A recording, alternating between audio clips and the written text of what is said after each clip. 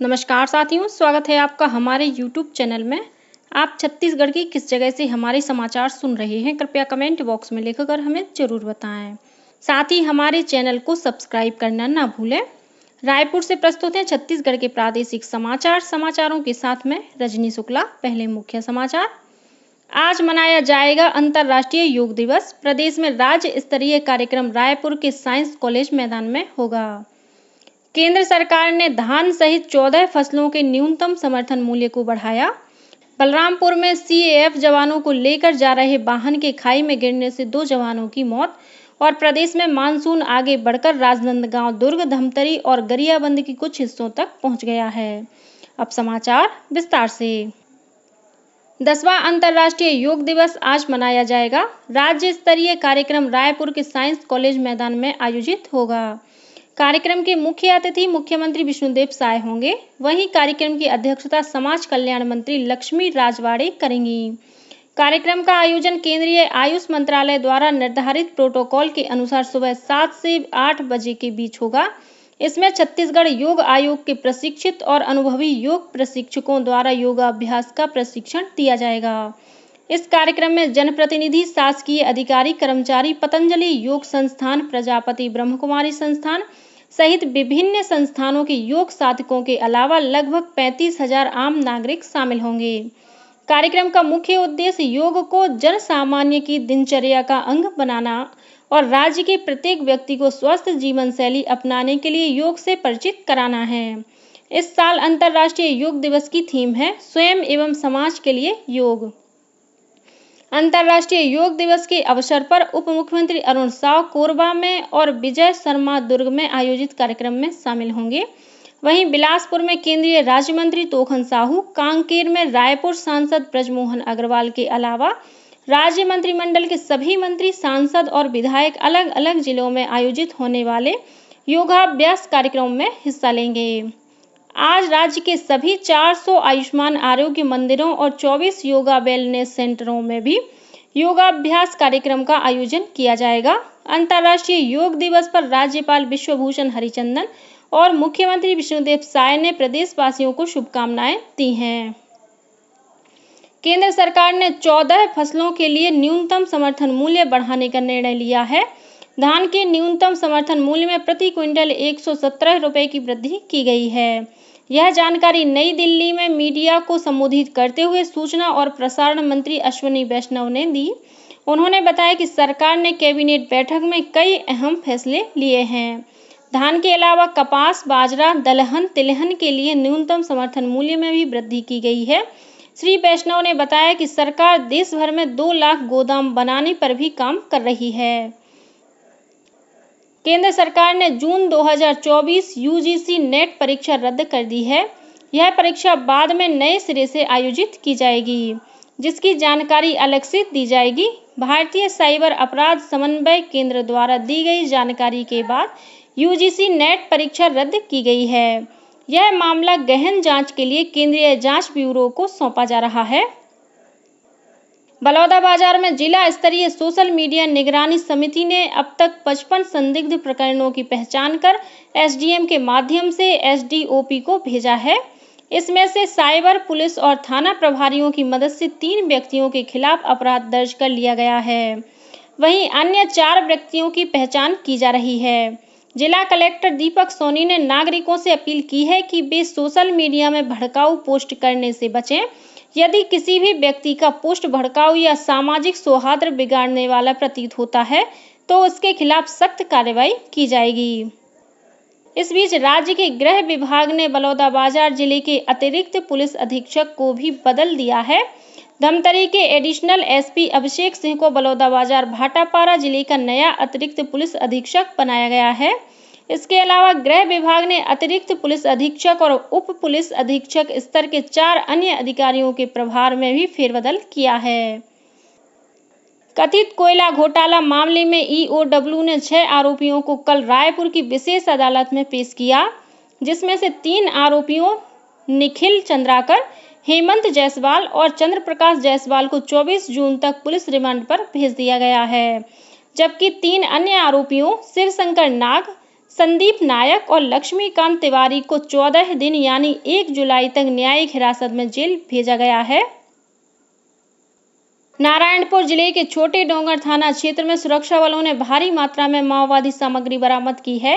मिली जानकारी के अनुसार जिले के कड़ेनार से जिला पुलिस बल, डीआरजी और आईटीबीपी की संयुक्त टीम तलाशी अभियान पर निकली थी। इस दौरान कावानार इलाके से सुरक्षा बलों ने 11 कुकर, 2 प्लास्टिक ड्रम, बिजली वायर, डेटोनेटर, कोडेक्स वायर सहित दैनिक उपयोग की अन्य माओवादी सामग्री बरामद की है। राज्य मंत्रिमंडल की बैठक में प्रदेश में विदेशी शराब की खरीदी बिक्री की लाइसेंस व्यवस्था को खत्म करने का निर्णय लिया गया है। राज्य में अब शराब निर्माताओं से सरकारी एजेंसी द्वारा सीधे शराब की खरीदी कर उसकी आपूर्ति की जाएगी। राज्य सरकार के अनुसार इस नई प्रणाली से बिचौलियों की भूमिका पूरी तरह से समाप्त हो जाएगी और आपूर्ति की प्रक्रिया सरल तथा सुगम हो जाएगी। झारखंड की सीमा से लगे पुदांग और भुताही के बीच छत्तीसगढ़ सशस्त्र बल सीएएफ के जवानों को लेकर जा रही एक पिकअप वाहन के खाई में गिर जाने से 2 जवानों की मौत हो गई, जबकि एक अन्य जवान गंभीर रूप से घायल हो गया। बलरामपुर के पुलिस अधीक्षक डॉक्टर लाल उम्मेद सिंह ने बताया कि यह हादसा कैंप शिफ्टिंग के दौरान हुआ, जब जवान सामान के साथ पिकअप वाहन से कैंप की ओर जा रहे थे। तभी मोड़ पर चालक ने नियंत्रण खो दिया और पिकअप खाई में जा गिरी। इस हादसे में उत्तर प्रदेश निवासी प्रधान आरक्षक फतेह बहादुर और सरगुजा निवासी आरक्षक नारायण प्रसाद की मौत हो गई। वहीं घटना में घायल जवान राम प्रताप सिंह सरगुजा का रहने वाला है। उधर जगदलपुर में बीती रात एक कार के अनियंत्रित होकर दलपत सागर में गिरने से 3 युवकों की मौत हो गई। यह मामला जगदलपुर के सिटी कोतवाली थाना क्षेत्र का है। हादसे के दौरान कार का गेट लॉक हो जाने के कारण तीनों युवकों ने दम तोड़ दिया। मिली जानकारी के अनुसार ये तीनों युवक कार में सवार होकर धर्मपुरा गए थे। वापसी के दौरान चालक ने नियंत्रण खो दिया और कार सीधे दलपत सागर में जा गिरी। प्रत्यक्षदर्शियों के मुताबिक कार में सवार लोगों ने दरवाजा खोलने की कोशिश की, लेकिन गेट लॉक होने के कारण वे नाकाम रहे और पानी में डूबने से उनकी मौत हो गई। वहीं कोरबा जिले के कुगदा आमानार के बीच एक कार अनियंत्रित होकर पेड़ से टकरा गई। इस हादसे में एक व्यक्ति की मौत हो गई, वहीं 3 अन्य लोग घायल हो गए हैं। मृतक पाली ब्लॉक के डिंडोल भाटा प्राथमिक शाला में शिक्षक के पद पर कार्यरत था। बेमेतरा जिले के भद्राली गांव के पास एक यात्री बस अनियंत्रित होकर पलट गई। इस हादसे में बस परिचालक की मौके पर ही मौत हो गई, जबकि 8 यात्री घायल हो गए हैं, जिसमें से 4 की स्थिति गंभीर बनी हुई है। छत्तीसगढ़ युवा कांग्रेस, महिला कांग्रेस और एनएसयूआई के कार्यकर्ताओं ने कल रायपुर में गृह मंत्री विजय शर्मा के निवास का घेराव करने का प्रयास किया। प्रदेश में बिगड़ती कानून व्यवस्था, निर्दोष लोगों की गिरफ्तारी और लगातार बढ़ रहे अपराध का आरोप लगाते हुए प्रदर्शनकारियों ने गृह मंत्री से इस्तीफे की मांग की।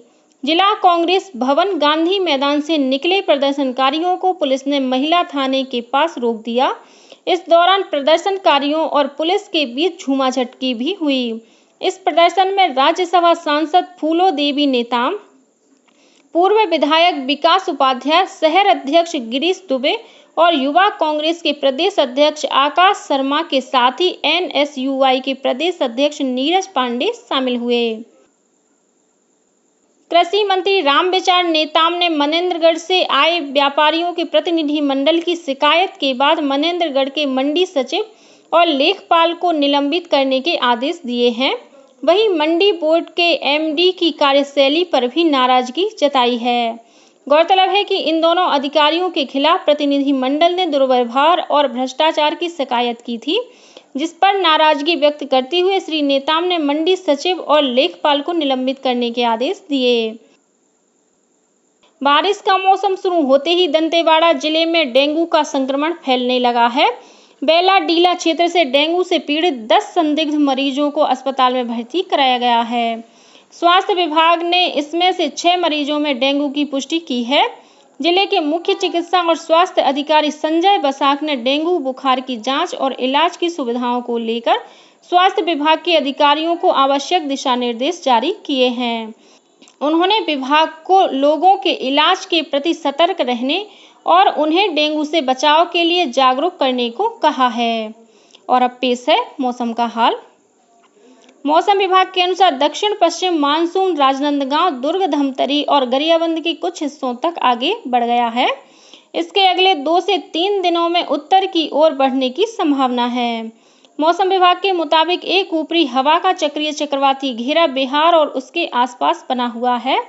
इसके अलावा मध्य बंगाल की खाड़ी और उससे लगी उत्तर पूर्व बंगाल की खाड़ी के ऊपर भी चक्रवाती घेरा विस्तारित है। इसके असर से प्रदेश में अनेक स्थानों पर हल्की से मध्यम वर्षा होने या गरज चमक के साथ छींटे पड़ने की संभावना है। वहीं 1-2 स्थानों पर भारी वर्षा होने, आकाशीय बिजली गिरने और अंधड़ चलने की चेतावनी दी गई है। प्रदेश में अगले 5 दिनों तक वर्षा की स्थिति ऐसी ही बनी रहने की संभावना है। इस बीच रायपुर और कवर्धा सहित प्रदेश के कुछ जिलों में कल शाम से गरज चमक के साथ बारिश शुरू हो गई है।